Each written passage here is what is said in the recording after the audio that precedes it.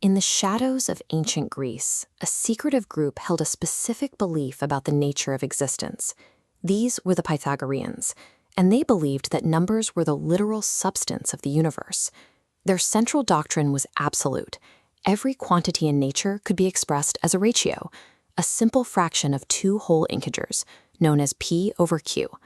To the Pythagoreans, this meant the cosmos was orderly and proportional. As this mosaic suggests, their world was built on the idea that everything, from the movement of stars to the intervals of music, could be measured with perfect precision. Pythagoras and his followers were deeply committed to this framework. For them, mathematics wasn't just a tool, it was a religion, and any discovery that didn't fit their system was a threat to their entire worldview. An unmeasurable number would mean their understanding of the universe was flawed. And as it turns out, that threat was already hiding in their most famous geometry. The crisis began with the Pythagorean theorem itself, the very rule used to calculate the sides of a right-angled triangle. Imagine drawing a square where each side measures exactly 1 unit. If you draw a diagonal line from one corner to the other, you create two right triangles. According to the theorem, a squared plus b squared equals c squared. For this square, that means 1 squared plus 1 squared equals the square of the diagonal. This makes the diagonal exactly the square root of 2. This length physically exists. You can see it and draw it. Because it was a real physical quantity, the Pythagoreans were certain it had to be a fraction. They spent years searching for the two integers that could describe it. Around 500 BCE, a follower named Hippasus decided to stop searching for the fraction. Instead, he chose to test the core assumption of his peers using a proof by contradiction. He started by adopting the Pythagorean premise. He assumed that the square root of 2 is a perfect, fully reduced fraction, p over q.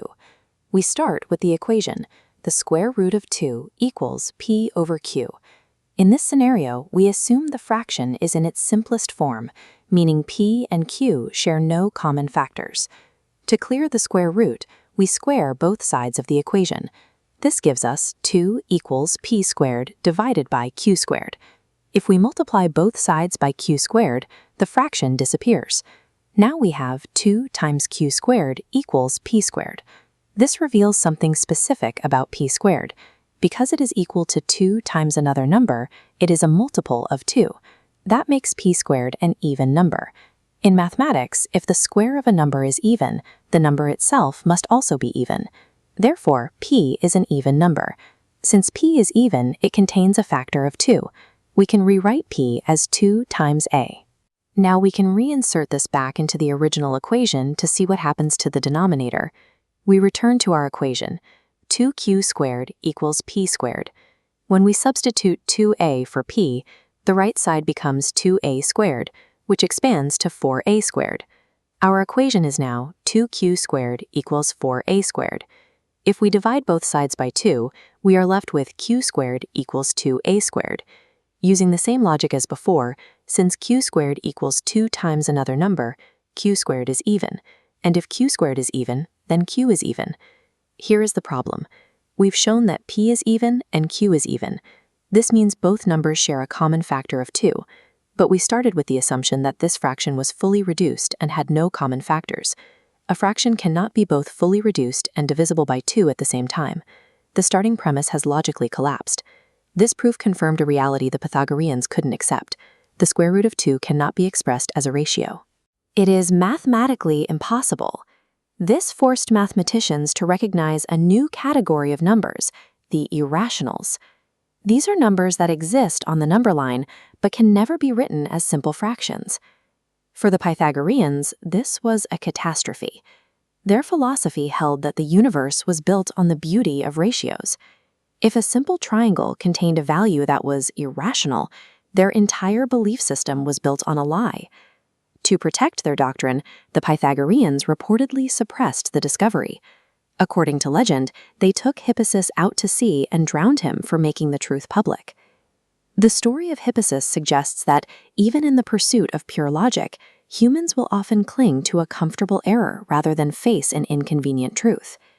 Hippasus hadn't just found one problematic number. He had exposed an entire hidden layer of mathematics that fractions could not reach. It turns out that the square roots of most integers, like 3, 5, or 6, are irrational. This discovery meant the number line was far more crowded and complex than the Greeks ever imagined. Beyond the numbers themselves, the method survived. Proof by contradiction became a standard tool of logic, allowing mathematicians to test the limits of what is possible. Hippasus died for his proof, but the logic he used outlived the cult that tried to bury it. By following a false assumption to its breaking point, he proved that mathematical reality is not defined by our desire for simple, tidy answers.